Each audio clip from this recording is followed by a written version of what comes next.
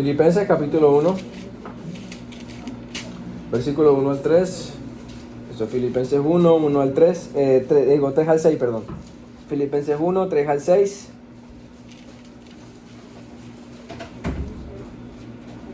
Dice la palabra del Señor. Doy gracias a mi Dios cada vez que me acuerdo de vosotros, siempre en todas mis oraciones, haciendo oración con gozo por todos vosotros, por vuestra comunión en el Evangelio desde el primer día hasta ahora, estando persuadido de esto, que el que comenzó en vosotros la buena obra, la perfeccionará hasta el día de Jesucristo. Amén. El que comenzó la buena obra en vosotros, la perfeccionará. En un sermón pasado, veíamos los primeros dos versículos del capítulo 1, que es la salutación. Y hablábamos allí de la iglesia de Filipo, y hablábamos de 4 características que tuvo esta iglesia, ¿no? Era una iglesia apostólica, una iglesia santa, una iglesia presbiteriana y una iglesia que le pertenecía a Dios. Eso es lo que vimos en el sermón pasado y lo que pudimos extraer de la salutación de los primeros versículos. Ahora el apóstol Pablo en estos versículos expresa una acción de gracias. Hace una gratitud por los filipenses, por la iglesia de Filipos. Y dice que él da gracias porque estos hermanos han llegado a tener comunión en el Evangelio y porque entonces está convencido de que Dios perfeccionaría en ellos la obra que comenzó desde un principio. Y a partir de esto, hermanos, a partir de esto, de esta última frase, y precisamente, especialmente desde el versículo 6, está basada una doctrina que se llama la doctrina de la perseverancia de los santos. La doctrina de la perseverancia de los santos. Y es una doctrina que enseña que Dios preserva de tal manera a sus escogidos, preserva de tal manera en sus hijos, lo que son suyos, que garantiza que estos van a perseverar hasta el final, para que alcancen la salvación que Dios les ha prometido. Hay personas que creen, hay iglesias que creen que se puede perder la salvación. Hay personas que creen que una persona puede caer de la gracia, es otro término que se utiliza, caer de la gracia. Como que una persona cree en Cristo, es regenerada, pero se desvía por un momento, entonces ya se pierde para siempre. Y la obra que Dios comenzó queda interrumpida por la obra del hombre. Y es muy común, hermanos, ver esta doctrina en los círculos evangélicos. En las iglesias evangelicalistas es normal ver que ellos creen que la salvación se pierde. Y de hecho exhortan así a los hermanos de sus iglesias. No, usted tiene que esforzarse porque si usted no se esfuerza, usted puede perder su salvación. Esas son las exhortaciones que generalmente hay. Y a nosotros, los que creemos en la doctrina de la perseverancia de los santos, junto con otras doctrinas similares, nos dicen es que ustedes creen en la frase salvo, siempre salvo. Como queriendo decir que ustedes creen que hasta el que dice que es cristiano, pero está cometiendo homicidios, está cometiendo borracheras o es un adúltero, hasta ese que está apartado, si ya una vez fue salvo, nunca va a perder la salvación. Pero esto, hermanos, son calumnias, son acusaciones que no van conforme a lo que nosotros creemos. La perseverancia de los santos, hermanos, es una doctrina que creemos, porque creemos que todo verdadero creyente en Cristo, todo aquel que verdaderamente cree en el Señor, no puede perder su salvación. Y no puede caer definitivamente de la gracia, no puede hacerlo. Porque la obra de salvación es una obra que es de Dios, es una obra que es de Cristo. Y la perfección, la culminación de esta obra no depende de nosotros mismos, ni de nuestros esfuerzos, ni de nuestros méritos. Porque si dependiera de nosotros, hermanos, entonces nadie podría ser salvo. Nadie podría nunca salvarse. O como dice, y si nadie se salvara, concluiríamos lo que concluye el apóstol Pablo en la carta a los Gálatas. Entonces Cristo hubiese muerto en vano. Porque hubiese la posibilidad de que nadie nunca se hubiese salvado, entonces Cristo hubiese venido de alguna manera a perder el tiempo. Sin embargo, la obra de Dios es una garantía, es perfecta, hermanos. Y la perseverancia de los santos tiene esto como fundamento, que la obra de salvación depende de Dios. Y en el versículo 6, el texto, la idea central de todo este pasaje está en el versículo 6, que dice: estando persuadido de esto, que el que comenzó en vosotros la buena obra, la perfeccionará hasta el día de Cristo. Es Dios quien comenzó la obra, no nosotros. Y es Dios quien finaliza su obra, no nosotros. Y esto es lo que conocemos como la perseverancia de los santos. Entonces quiero que veamos algunas cosas sobre esta doctrina basados precisamente en este pasaje, porque en estos versículos encontramos muchas cosas importantes que nos ayudan a entender esta doctrina. En primer lugar, quiero que veamos qué es la perseverancia de los santos. Y la Confesión de Westminster tiene todo un capítulo que habla acerca de la perseverancia de los santos. El capítulo 17, el párrafo 1, lo define con mucha claridad. Y dice: a quienes Dios ha aceptado en su amado y que han sido llamados eficazmente y santificados por su Espíritu, no pueden caer ni total ni definitivamente del estado de gracia, sino que ciertamente han de perseverar en él hasta el fin y serán salvados eternamente. Se le llama perseverancia porque Dios obra en el corazón de los creyentes para que ellos se mantengan unidos a la fe, para que ellos perseveren. Es una obra de Dios en el corazón para que ellos no se aparten definitivamente de Dios. De modo que hay una obra de Dios en el corazón que se manifiesta en un fruto en el creyente. Y es que estos perseveran, siguen adelante, a pesar incluso de haber cometido pecados graves, o a pesar incluso de haberse apartado por un tiempo. Y aquí vamos a hacer algunas aclaratorias. La perseverancia de los santos no significa que nosotros no vayamos a pecar. No significa que no podamos ser tentados. No significa que nuestro corazón no pueda ser endurecido por un tiempo. Es más, ni siquiera significa que cometamos tales pecados que en esta vida suframos los juicios o el castigo o las consecuencias malas de esos pecados que cometemos. Eso no es lo que significa la perseverancia de los santos. Lo que significa es que todo creyente en Cristo, aunque pueda atravesar por todo esto, Dios obrará de tal manera en él que volverá al camino. Siempre volverá al camino de Dios y se mantendrá en el camino de Dios. Y en las Escrituras tenemos muchos ejemplos claros de esto.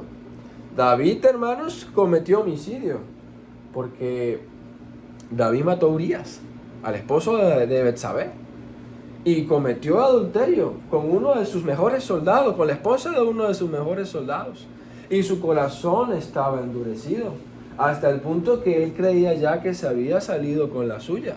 Era un homicida, si lo definimos así.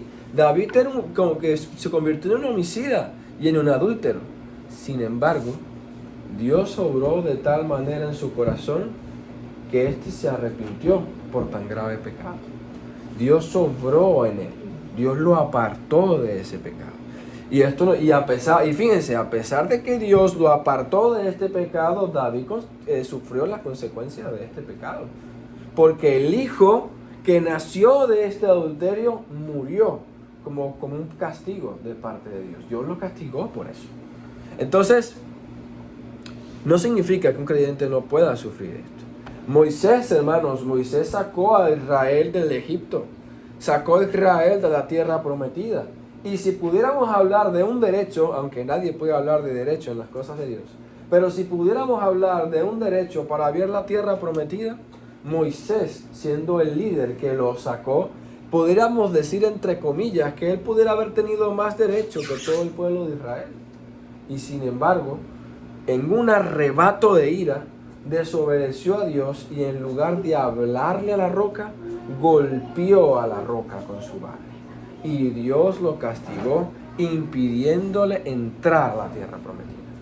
Sin embargo, aunque no entró a la tierra prometida de Canaán, sí entró a la tierra Canaán celestial, porque era un santo de Dios.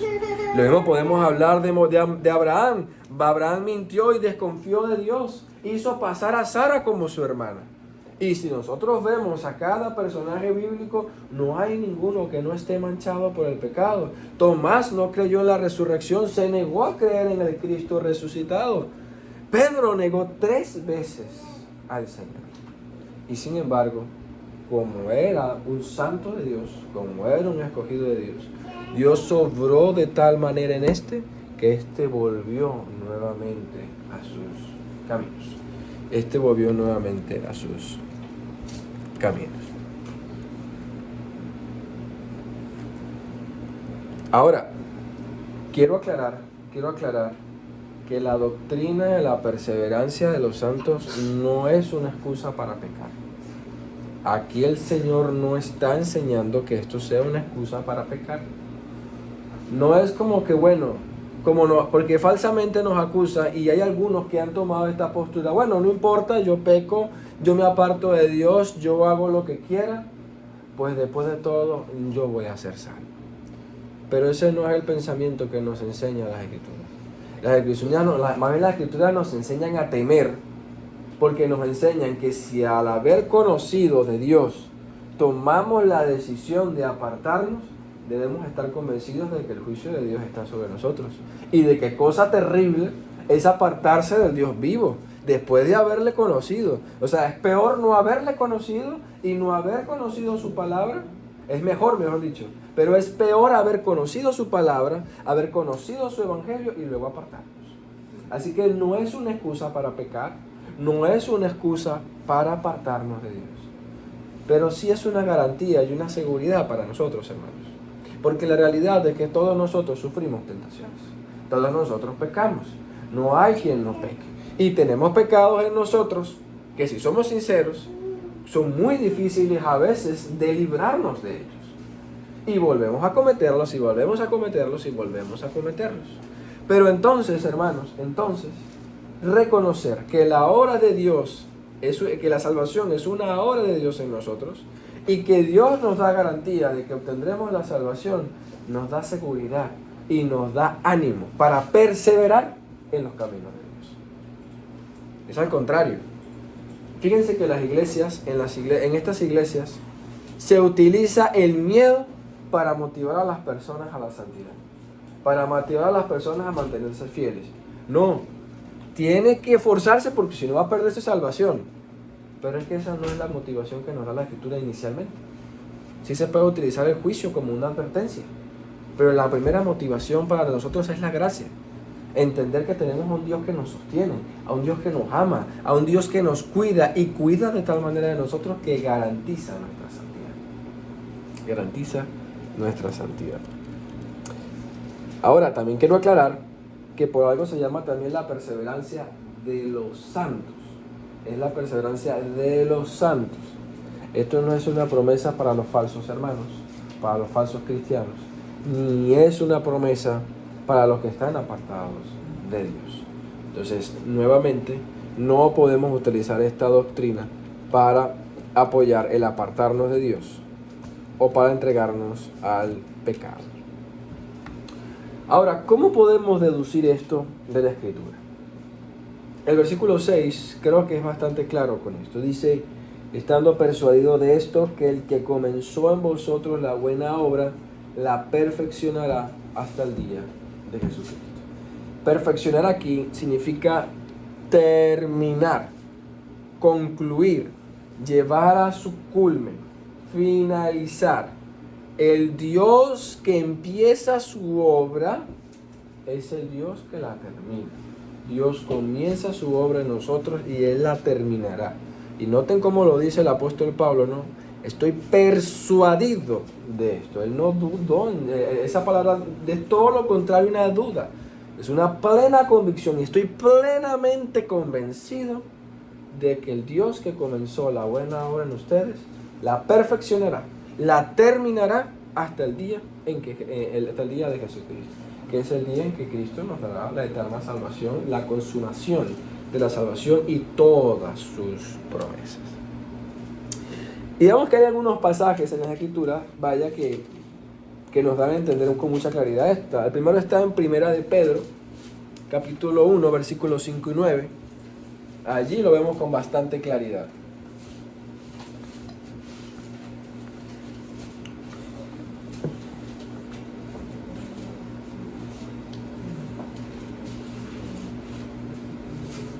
Primera de Pedro 1, versículos 5 y 9, dice: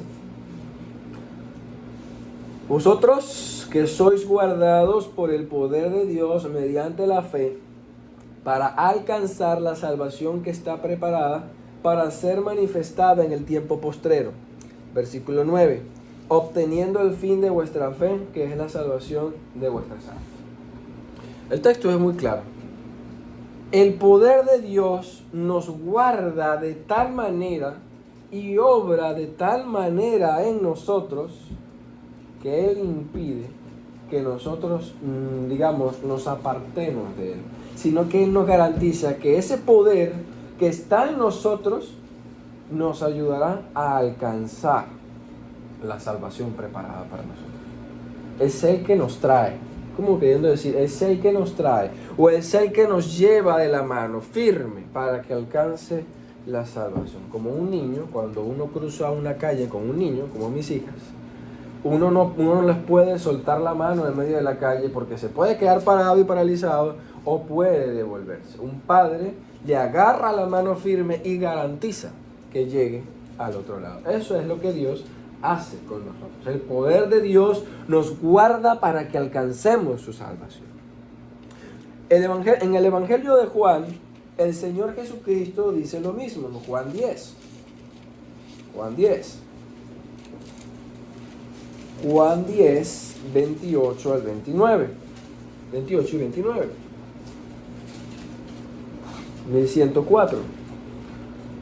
Juan 10, 28 y 29. Y dice: Y yo les doy vida eterna, y no perecerán jamás, ni nadie las arrebatará de mi mano. Mi Padre que me las dio, mayor que todos es, y nadie las puede arrebatar de la mano de mi Padre. Bueno, otra vez usamos la ilustración de la mano, ¿no? Dios nos agarra de manera tan firme que nadie nos puede apartar de Él. Esa es la idea. Nadie nos puede apartar de Él. Nadie nos puede robar, porque Cristo y el Padre nos agarran firme. Y la idea es, ¿quién le puede quitar algo al Padre si el Padre es mayor que todos? Nadie puede luchar contra el poder de Dios. Nadie puede resistir al poder de Dios. Y cuando Dios a los suyos, porque habla de sus ovejas, a sus ovejas Él las sostiene con tanta firmeza que nadie se las puede quitar. Ni las tentaciones, ni el pecado, ni el mundo, ni las guerras, ni los juicios, ni las enfermedades, ni siquiera la muerte. Nada puede apartarnos de Dios y de nuestro Señor Jesucristo. Y en Romanos 8:30 vemos algo similar. Y lo vemos con aún más claridad en este versículo, Romanos 8:30, página 1171. Y dice: y a los que predestinó, a estos también llamó. Y a los que llamó, a estos también justificó. Y a los que justificó, a estos también glorificó. El comienzo de la obra de la salvación, como ya hemos visto en las catequesis, ¿dónde comienza? En la elección. Y en su momento, cuando lleguemos a este punto en la confesión, vamos a darnos cuenta que la obra de la salvación termina en la glorificación, cuando después de ser resucitados, Dios nos dé un cuerpo glorioso a todos los creyentes y vivamos en el cielo nuevo y la tierra nueva. De modo que la elección es el principio de la obra de Dios y la glorificación es el culmen. ¿Qué nos dice esta seguidilla del texto? Que el Dios que comienza su obra en la elección, la termina en la glorificación. Y esa es la idea del texto. Dios elige, llama, justifica y glorifica. Y en todo lo que está en el medio, entre la elección y la glorificación, Dios obra allí para que el creyente persevere en la fe y alcance el final de la salvación. Aquí queda muy claro. Y quiero dar, y del texto, y este quiero que sea mi segundo punto. Ya entendemos entonces, hermanos, qué es la predestinación de los santos. Digo, la perseverancia de los santos. ¿Qué es la perseverancia de los santos? Y vemos entonces que estos 4 pasajes, incluyendo el de nuestro texto, demuestran claramente que la obra no depende de nosotros, sino que es una obra de Dios en nosotros y que Él garantiza nuestra salvación. Ahora quiero que vayamos al segundo punto. Y quiero que veamos 3 argumentos bíblicos, por lo cual la perseverancia de los santos es una doctrina bíblica y por lo cual no podemos creer que nosotros podamos perder la salvación. El primero de ellos, hermanos, es que Dios es el autor de la salvación. Dios es el autor de la salvación. Ya hemos visto, y lo hemos repetido muchas veces, y lo hemos enseñado, y lo hemos visto en las Escrituras, y también hemos aprendido, que la salvación es por gracia. No es por mérito humano, no es por lo que hagamos. Dios es el autor de la salvación. Entonces, si Dios es el autor de la salvación no depende de nosotros, depende de Dios. Dios que está en los cielos, que obra en nosotros. Porque como ya les decía, si dependiera de nosotros, todos nosotros podemos desviarnos en cualquier parte del camino, hermanos. Porque todos somos propensos al pecado. Y fíjense que por eso es que el apóstol Pablo, cuando comienza nuestro texto, comienza dando gracias a Dios. Doy gracias a mi Dios cada vez que me acuerdo de vosotros. Y aquí les voy a dar un tip de exégesis, de estudio bíblico. Cada vez que un autor bíblico dé gracias a Dios, lo que está haciendo implícitamente es reconocer a que Dios es el que hace la obra. Porque lo que está haciendo es gracias a Dios porque tú estás haciendo esto. Porque tú estás obrando en nosotros. Porque tú eres el que estás haciendo. Y por eso, hermanos, la gratitud es un reconocimiento que la obra es de Dios. Y de hecho, en nuestros propios pasajes en el que hemos leído, el Señor Dios es el sujeto del verbo. Porque Él dice, el que comenzó la buena obra en vosotros. ¿Quién es ese? Dios. Entonces tiene sentido que Él comience diciendo, gracias a mi Dios, que Él ha llegado a que ustedes tengan comunión en el Evangelio, y gracias a mi Dios porque Él está perfeccionando su obra en ustedes. Dios es el autor de la salvación, hermanos. En segundo lugar, Dios no es como los hombres. Dios es inmutable y todopoderoso. Dios no es como los hombres. Miren, cuando nosotros comenzamos algo, ¿por qué no podemos terminarlo? Puede ser, generalmente es porque somos ambivalentes, porque cambiamos de opinión, porque comenzamos con emoción y luego perdemos la emoción y ya no lo queremos hacer, porque somos inconstantes. Puede ser una razón. La otra razón es que realmente a veces suceden cosas que no teníamos planificadas y hay cosas que no podemos controlar. Nosotros no podemos controlar lo que sucederá en el futuro y hay cosas que se escapan de nuestras manos. Sencillamente no podemos controlarlas. Sin embargo, tales debilidades y tales limitaciones no están en Dios. Dios nunca cambia porque Él es inmutable. Dios no es ambivalente. Dios no es cambiante. Dios no cambia de opinión. Dios no cambia de acción. A Dios no es que Él, como nosotros, un día hace algo y dice algo y otro día hace y dice otra cosa. Dios no es así. Los caminos de Dios son firmes, son eternos. Sus juicios, sus promesas, sus planes, sus mandamientos son eternos. Dios no cambia de planes y Dios no es inconstante como nosotros. Él es inmutable. Además, Dios también es todopoderoso. Dios también es todopoderoso. No hay nada que pueda frustrar sus planes. No hay nada que pueda frenar lo que Dios hace. Y noten lo paradójico. Los judíos y los fariseos intentaron frenar la obra de Dios matando al Señor Jesucristo. Y al hacerlo cumplieron la obra de Dios. Incluso los que se oponen a Dios terminan haciendo la obra de Dios, cumpliendo sus planes, porque nadie puede frustrar los planes de Dios. Nadie puede frustrar los planes de Dios. Entonces, esto está implícito en este texto. El que comenzó en vosotros la buena obra la perfeccionará hasta el día de Jesucristo. Dios comenzó una obra. Dios no se va a retractar a mitad de camino. ¿O es que acaso Dios no sabía que teníamos pecado? ¿Acaso Dios no sabía las tentaciones que habríamos de sufrir?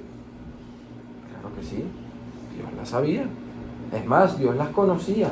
Y ya veíamos en las catequesis, Dios incluso las preordenó para la gloria de su nombre. Dios sabe todo lo que habría de acontecer en nosotros. Y aún así comenzó la buena obra en nosotros. Entonces, si Dios comenzó esta buena obra, Él no va a cambiar y no se va a retractar a mitad de camino. Porque nuestro Dios es un Dios que termina lo que comienza.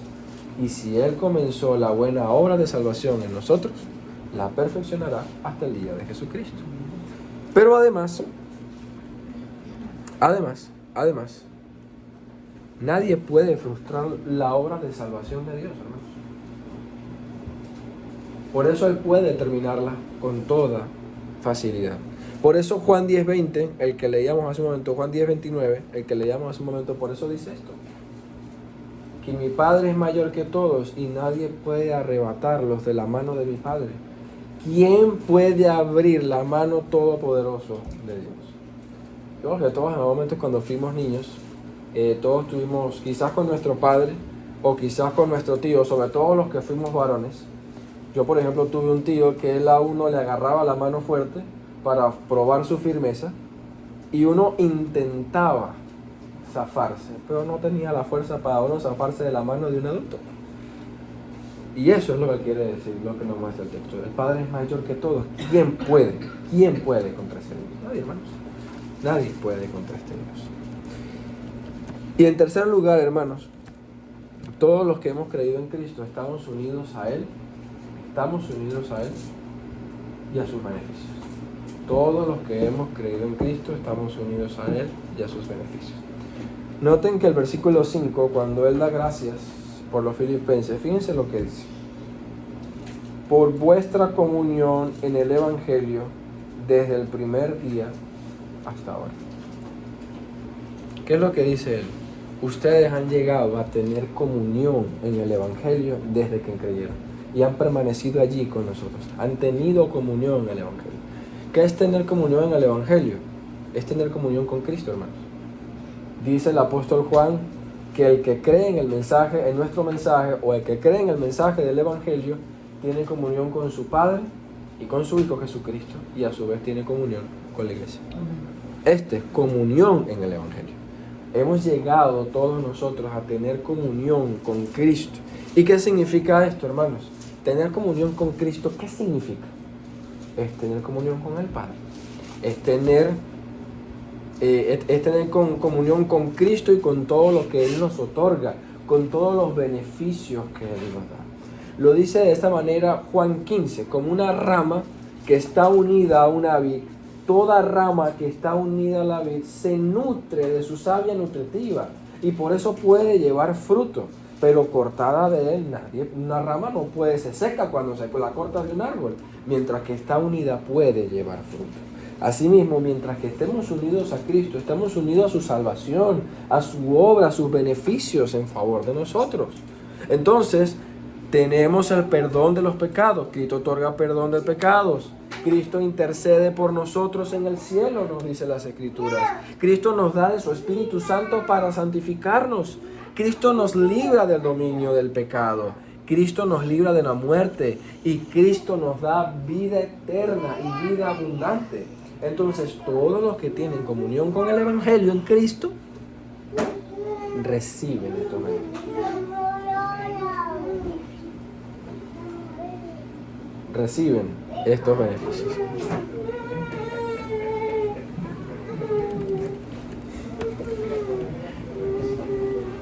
Y aquí tenemos que hacer una pregunta. Si todos estos son los beneficios que tenemos con Cristo en nuestra unión con Él,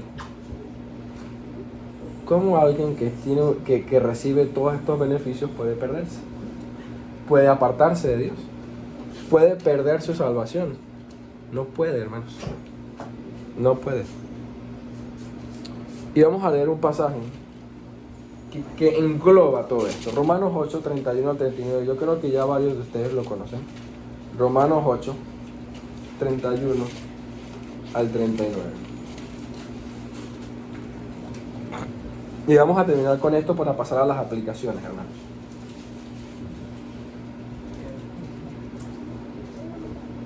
Romanos 8, 31 al 39, página 1171.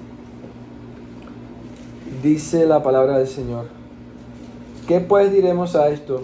Si Dios es por nosotros, ¿quién contra nosotros? El que aún a su propio Hijo no eximió, sino que lo entregó por todos nosotros, ¿cómo no nos dará también con Él todas las cosas? ¿Quién acusará a los escogidos de Dios? Dios es el que justifica. ¿Quién es el que los condenará? Cristo es el que murió, mas aún el que también resucitó, quien además está a la diestra de Dios, el que también intercede por nosotros. ¿Quién nos apartará del amor de Cristo? ¿Tribulación, o angustia, o persecución, o hambre, o desnudez, o peligro, o espada? Como está escrito: por causa de ti somos muertos todo el tiempo, somos contados como ovejas de matadero. Antes, en todas estas cosas somos más que vencedores por medio de aquel que nos amó, por el cual estoy seguro, de que ni la muerte ni la vida, ni ángeles ni principados, ni potestades, ni lo presente, ni lo porvenir, ni lo alto, ni lo bajo, ni ninguna otra criatura nos podrá apartar del amor de Dios que es en Cristo Jesús, Señor nuestro. Volvamos a hacer la pregunta: ¿puede alguien apartarnos de Dios? El texto lo dice claramente: nada ni nadie puede apartarnos del amor de Dios que es en Cristo Jesús. Y miren cómo lo ve Pablo. Apartarse a mitad de camino o perder la salvación, la Escritura lo ve como una derrota. Pero él dice: nosotros no hemos, y aunque suene un poco pentecostal, aunque no lo es, pero el texto lo dice, en Cristo no podemos ser derrotados por nada, sino que somos más que vencedores. ¿Por nosotros? No, por medio de aquel que nos ama. Como Cristo obra en nosotros y como el Padre obra en nosotros, no hay pecado, no hay lucha, no hay prueba, no hay tentación que no podamos superar, porque Dios obra su salvación en nosotros. Dios obra su salvación en nosotros. Vamos ahora, hermanos, teniendo en cuenta ahora esto, vamos a ver algunas aplicaciones prácticas de esta doctrina. Y lo primero es que la perseverancia de los santos produce gratitud y gozo. Produce gratitud y gozo. Noten el texto de Filipenses nuevamente, porque Pablo dice, versículos 3 y 4: doy gracias a mi Dios cada vez que me acuerdo de vosotros, siempre en todas mis oraciones, haciendo oración con gozo por todos vosotros. ¿Qué produjo esta doctrina? Y el saber que esta doctrina se estaba manifestando en estos hermanos: gratitud y gozo. Gratitud, ¿por qué, hermanos? Porque es que las dos cosas están unidas, la gratitud y el gozo están unidas. Porque, hermanos, nos ayuda a saber que a pesar de nuestras flaquezas, a pesar de nuestras caídas, Dios vuelve a levantarnos. Dios no es un Dios que nos desprecie. Dios no es un Dios que nos aparta. Dios es un Dios que nos restaura. Véanlo, por ejemplo. El pecado de Pedro fue un pecado bastante grave. Quizás no al mismo nivel que el de Judas. Pero ustedes recuerdan lo que el Señor Jesucristo dijo: el que me niegue delante de los hombres, yo le negaré delante de mi Padre. Y Pedro lo hizo 3 veces. Sin embargo, miren la misericordia de nuestro Señor. Él mismo fue y lo buscó. Porque eso es lo que nos muestra el libro del Evangelio de Juan. El Señor Jesucristo fue y buscó a Pedro. Como también dicen en el Mateo 18, dejó a las 99 solas y fue y buscó a la oveja perdida. Y la trajo y la restauró. Hermanos, esto demuestra gran amor. Hermanos, y debemos entonces tener una vida de gratitud y de gozo. Porque el Dios que tenemos es un Dios tierno, es un Dios amoroso. Y el enfoque de Romanos, como veíamos, es el amor de Dios. El amor de Dios es tan tierno que Él no va a dejar que nos perdamos. Y esta es la gratitud y el gozo que nosotros tenemos que sentir, hermanos. En segundo lugar, hermanos, tenga seguridad de su salvación. Tenga seguridad de su salvación. La Biblia nunca nos enseña que tengamos que dudar de nuestra salvación. La única forma que tenemos que dudar de ello es que nosotros andemos en tinieblas, andemos en pecado. Y diciendo que seamos cristianos, andemos en el pecado. Ahí el apóstol Pablo sí dice: considera si estás verdaderamente en la fe. Porque así no se comporta un verdadero cristiano. Así no actúa una persona que está en el amor de Dios. Pero ¿para qué dice esto? Cuando Él nos hace cuestionarnos esto, no es para que nos apartemos. Es al contrario. Es para que reflexionemos sobre nuestra condición y volvamos a Dios. Porque la Escritura no intenta apartarnos de Dios, sino acercarnos a Él. Entonces, debemos tener plena seguridad, porque Pablo dice: estoy persuadido de esto. Y en Romanos también le dice: porque estoy seguro de esto. Y ambos exactamente sobre la misma doctrina están hablando los dos. Entonces tenemos que tener convicción, hermanos, de nuestra salvación. Seguridad de nuestra salvación. De que estamos unidos a Cristo para siempre. Y esta convicción nos lleva a la tercera aplicación. Las primeras dos, de hecho. Si tenemos gozo y gratitud y estamos convencidos de que estamos unidos a Cristo, tenemos que perseverar en la fe. Ya lo decíamos desde un principio. La perseverancia de los santos no es una excusa para pecar. No es una excusa para entregarnos al pecado. Es para darnos seguridad de salvación. Y para que con esa seguridad andemos en los caminos de Dios. Fíjense que más adelante en el versículo 10 y 11, lo que pide, el versículo 9 al 11, el apóstol Pablo pide, es como una consecuencia de la perseverancia de los santos. Dice: y esto pide en oración, que vuestro amor abunde aún más, y más en conocimiento y en todo discernimiento, para que aprobéis lo mejor, a fin de que hayáis sinceros y sin ofensa para el día de Cristo, llenos de fruto de justicia, que son por medio de Jesucristo, para gloria y alabanza de Dios. Dicen, nosotros nos acusan, es que esa doctrina de la perseverancia de los santos y de la seguridad de la salvación, lo que le da excusas a la gente para entregarse al pecado. Si lo ves impíamente, sí. Pero en bien entendida, lo que nos muestra este texto, que esta convicción debe generar en nosotros un crecimiento en el amor, un crecimiento en conocimiento, un crecimiento en sinceridad, un crecimiento en frutos de justicia, para que seamos presentados aprobados delante de Dios en el día de juicio. Entonces, hermanos, si Dios está obrando en nuestros corazones, tenemos que perseverar. Nosotros no podemos saber, como ya los hemos enseñado, no podemos saber quiénes son los escogidos.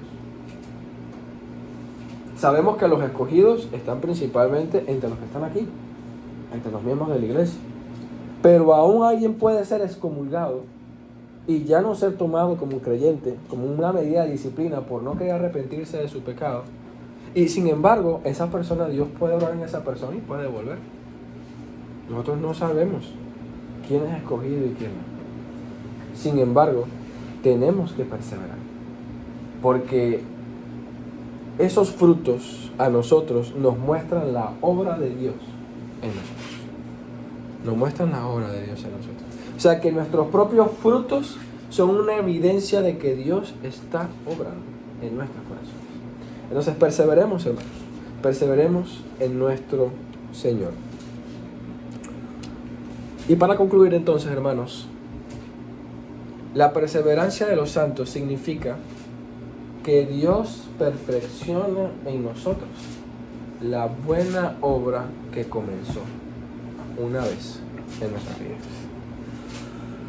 Y por tanto, nada podrá apartarnos del amor de Dios que es en Cristo Jesús. Y por tanto, hermanos, seamos agradecidos, tengamos gozo y perseveremos en la fe. Gloria al Dios nuestro Padre, al Señor Jesucristo y a su Santo Espíritu. Amén.